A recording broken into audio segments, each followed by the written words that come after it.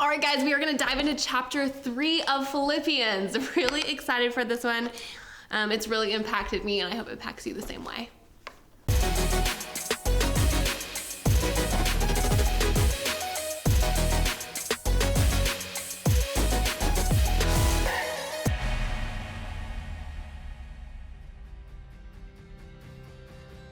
Have you ever thought you needed to earn your way into heaven?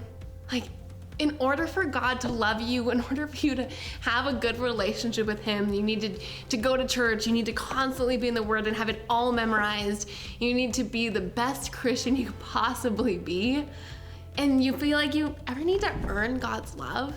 This is something I've struggled with a lot. I think when I was in high school, I thought I had to be the best Christian and constantly thought I had to do more. I needed to not only be in a small group, but I needed to lead a small group. I couldn't just go to school, I had to be in a Christian club. I thought I just had to do more and be a better Christian. Thankfully, Philippians chapter 3, Paul has some things to say about that. This chapter, it challenges us and asks, is Jesus enough? Is He enough for your faith, or are you trying to fill it in with everything else of what you think Christianity should be?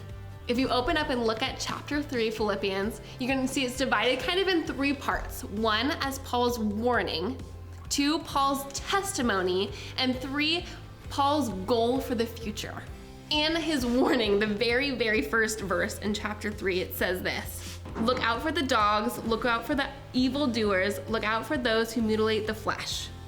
First of all, what does that mean? Like, look out for the dogs? I've never called them like, yo, you dog, you. I don't call people dogs. But Paul is warning us to look out for people that aren't teaching truth. When Paul wrote this book, he would go around and tell people and explain the truth of Jesus, that salvation is found through grace and faith alone. But there was a group of people, these religious Jewish leaders, that would follow him afterwards and say, yeah, it's through grace, but also you have to do all of these things in order to gain salvation. And Paul, what he's saying, he's warning us against that. He's warning us against those people. So Paul, what he does next is he talks about his own testimony. And man, I feel like he's boasting about it. He talks about all the great things and how he was this crazy religious leader. He was born in the right family. Even the right tribe. He knew all the laws. He was righteous in his faith. But then Paul says, I have all of these credentials in order that makes me a good religious person, but all of these things isn't why I have salvation. He says in this verse, but whatever gain I have, I counted as loss for the sake of Christ. He reminds us here, no matter how perfect you are, if you're doing everything right, all of those things mean nothing. The only thing that really matters when it comes to our salvation is our relationship with Christ.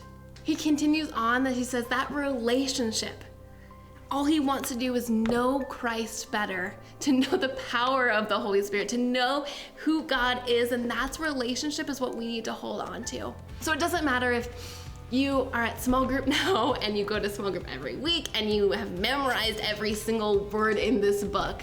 How is your relationship with God? Do you know Jesus at an intimate level, or do you just know a lot about Him? And as I say this, I start to think also, if you're here and you're like, man, I haven't done anything for Jesus. I've never gone to church. I've never really liked small group. I don't read my Bible. What a great place for you to start also. Because it doesn't matter what your past is. Instead, we look forward to the goal, which is Christ. And that's what Paul, that third part is his goal. So I think what he's challenging us here is to stop depending on those things. Stop depending that you're just a good person. If you're just a good person, it doesn't make you right in the eyes of the Lord. But instead to work on a relationship with Christ. And if you're here and you're like, wow, that's great because maybe I haven't been a good person. I've never gone to church before and I have never read the Bible or anything. Great. We need to learn what it means to have a relationship with Christ. You are loved and you're valued just because of your relationship with Jesus. So how can you do this today? How can you forget about the past and instead strain to the future with your relationship with Jesus?